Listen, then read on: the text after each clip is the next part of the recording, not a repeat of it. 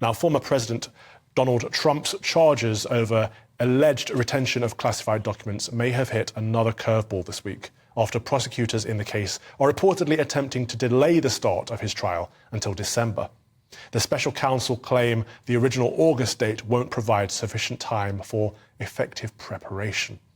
After a dramatic few months and years in the US politics, let's get the latest from across the pond from former advisor to Donald Trump, Dr. Sebastian Gorka, who joins me now in the studio to discuss all of this and his book, The War for America's Soul. Thank you very much for the copy, by the way. Thank you, Reverend. Great to see you. It's great to see you too. It's good to see you in person. In person for once, yes. So, I mean, what's going on over there? This is just madness. It looks to me from the outside like an attempt at dictatorship, trying to prosecute and persecute political opponents. Well, let's put it into context. This is something that's been happening for 7 years, whether it was the first Mueller probe, the first impeachment, the second impeachment, then the raid on the presidential residence. Mar-a-Lago is guarded 24/7 by Secret Service because he's a former president. And then the FBI go in with guns to search his premises, go through his wife's wardrobe, and then they charge him and arrest him on what?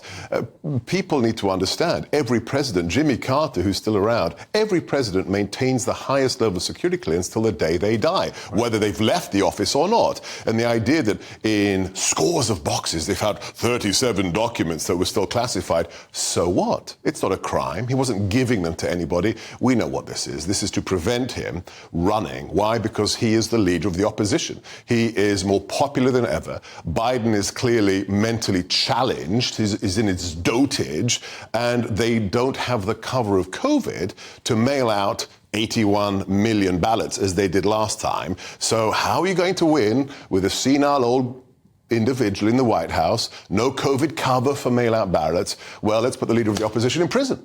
Is Donald Trump the first and only politician to ever take his work home with him?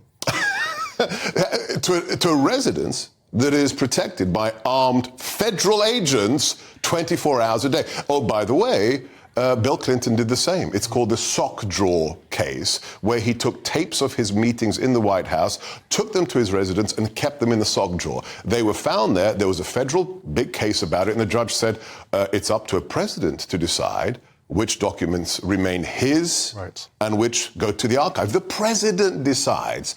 So how are we prosecuting him exactly? Well, we're making law up as we go along. Well, it seems they haven't quite got it prepared yet because they want to push the date back to December. Yes. Is there not enough evidence? Well, it doesn't matter whether there's evidence or not. We know what the real reason is. This is to prevent him from running. Let's be clear. This is the only president in history who received more votes on his second election and then lost. Isn't that interesting?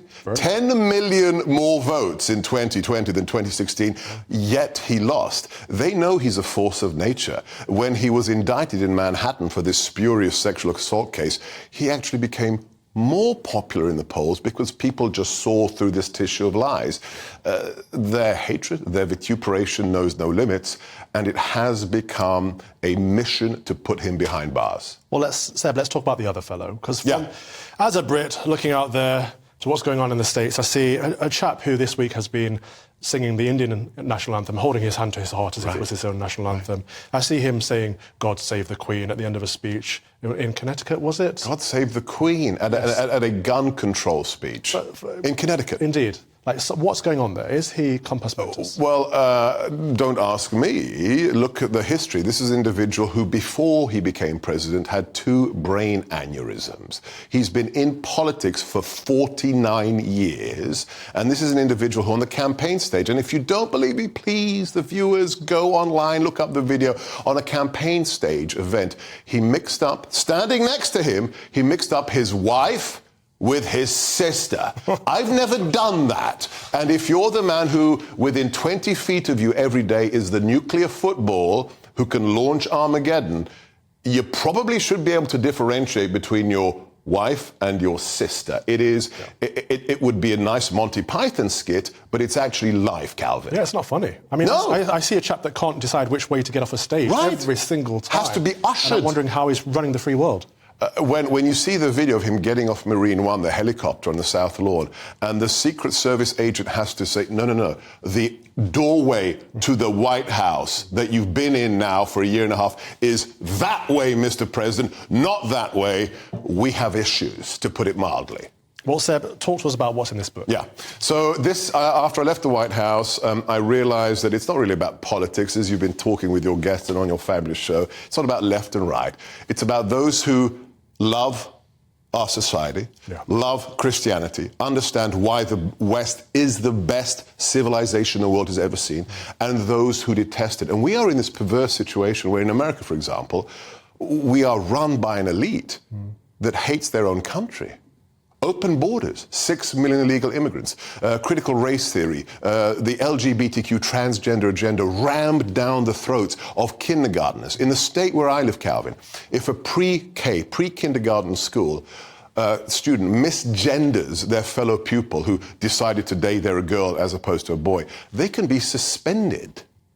If they misgender... It's happening here. It's insanity. This is a wake-up call, Yeah. and in it I map how did we get here? Good. How did the left become a bunch of radicals who hate their own society, and what it's going to take to fix it, and with an exclusive interview with my old boss, the president. Oh, good. I like that the title is War for America's Soul, because this is not a culture war. This is a spiritual war. It's not evil versus good.